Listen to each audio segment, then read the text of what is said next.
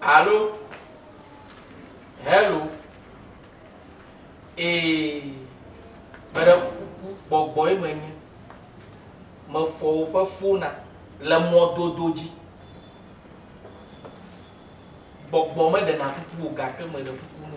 Nenye be hien na opo kapu mo kwa. De papa na ko ga million e deka. Que dan. Na ko opo ga mu ba fu na kapu mo na ko peremu.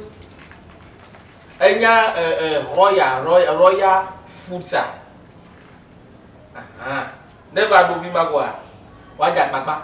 Ete pere poko wa be no wo cement de wo vima ka ka te pa mama ko no. Gri ha aye ma na no vima. Na mia ku no ko waja na mia ku na kala nu de ka kaka masele owo e. Ewo wala ko funa poga.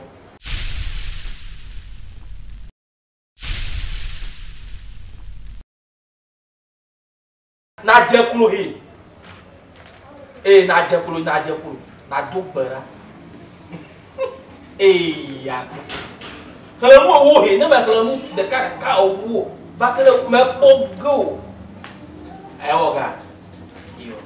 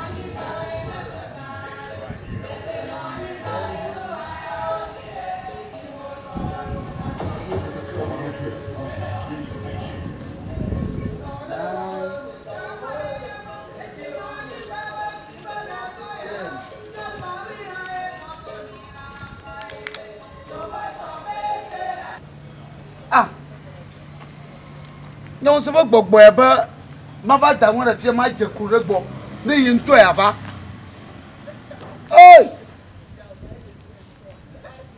gabu